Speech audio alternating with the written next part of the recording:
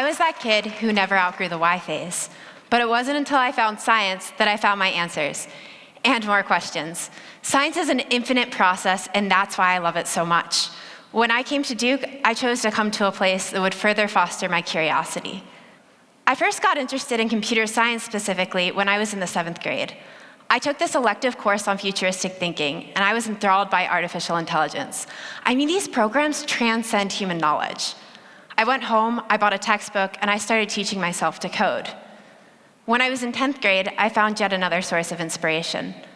My cousin was diagnosed with breast cancer, and I saw firsthand how much this disease impacts a woman and her family.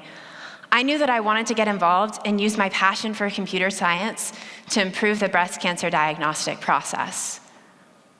1 in 8 women will be diagnosed with breast cancer in their lifetime, and these statistics are just startling, and unfortunately, they're on the rise. Early detection is instrumental for treatment success. I was particularly interested in answering one question: is a breast mass malignant or benign? I wanted to answer this question by creating a tool that works with fine needle aspirates. Fine needle aspirates are the quickest, the cheapest, and least invasive biopsy a woman can have. However, they're wildly inconclusive, so a lot of doctors refuse to use them. There are a lot of subtle patterns that go into reading a fine needle aspirate, and artificial neural networks have the capacity to really detect patterns that are far too complicated for a human to recognize. That's how I decided to apply this sort of algorithm to the fine needle aspirate problem. Once I had created Cloud for Cancer, I wanted to deploy it to the cloud because the cloud is just this incredible elastic entity that can be used to support any hospital in the world at the same time logging on to use the tool. The other thing that's really great about the cloud is it's really flexible. So currently, Cloud for Cancer exists as an online browser app. But in order for a tool to be viable, it has to be easy to access. So if doctors are using existing mobile apps or old medical systems, I can easily build a piece of front-end code and put my program into that system.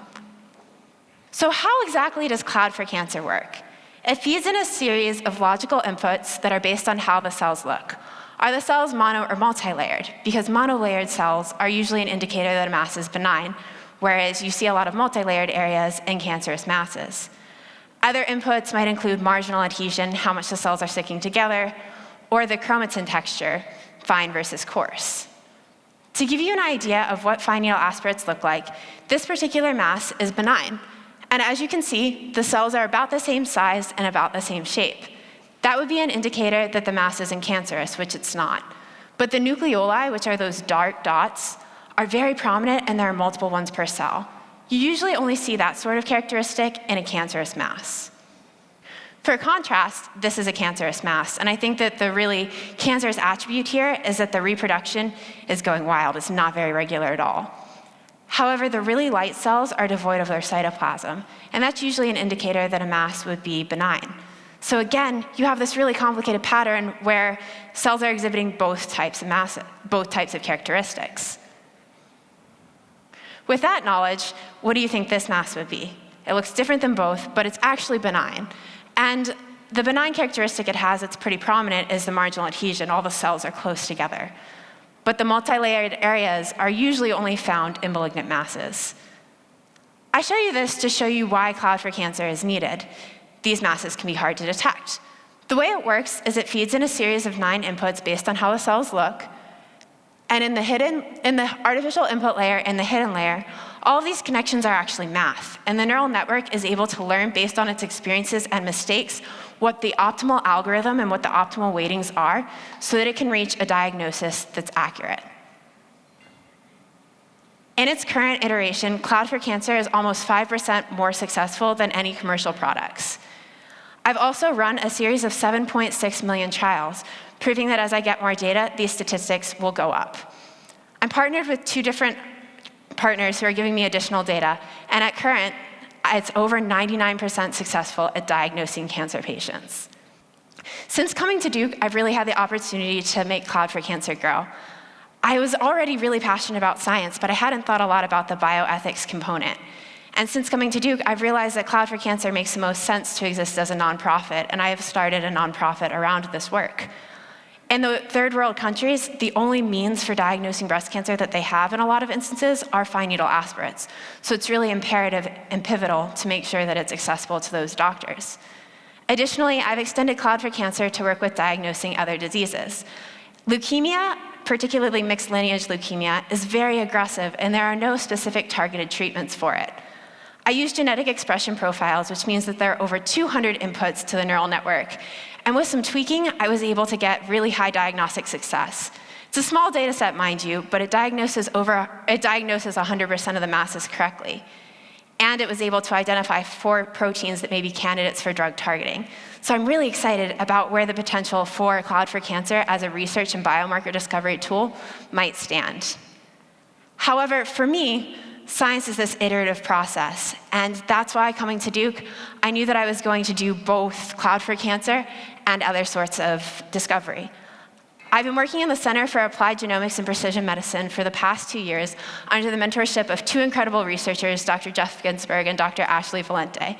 And what's really neat is even though they're some of the leading researchers in the field of precision medicine, they're really passionate about pulling undergraduates in and making sure that I have a piece of our project that I can really take ownership over and express my curiosity and creativity with. We're really interested in looking at immune response and different mechanisms. My piece of that puzzle is differential exon usage. So there are these messenger RNA strands, and if they're tweaked a little bit, they might confer different immunities.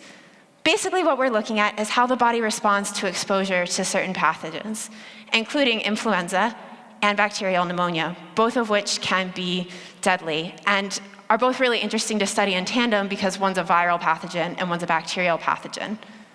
Although we don't have our pneumonia data back yet, we've identified 63 biomarkers for differential exon usage in influenza patients. I'm headed back to Duke in 2 days where we'll actually be using these biomarkers to build classifiers, and our overarching goal is to try to predict whether somebody will get sick with influenza before they even recognize that they're sick. So you could treat somebody without them having to undergo any of the symptoms, negative ramifications, et cetera. As a Duke student, I have absolutely thrived in lab, and I know that I leave a more curious person. But I've also enjoyed participating in a wide variety of activities that have really helped me grow as a person.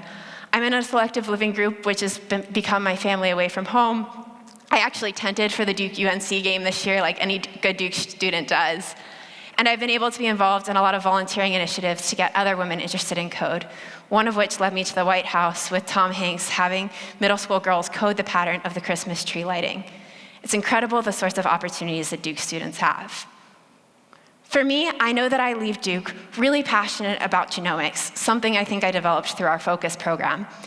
And I love the idea of solving big data problems to really find cures to some of the country's and world's most pressing disorders. My goal is ultimately to be a pediatric oncologist who is on the frontier using big data to really find novel treatments. I'm so excited that I was able to share with you guys today, and thank you so much for supporting Duke.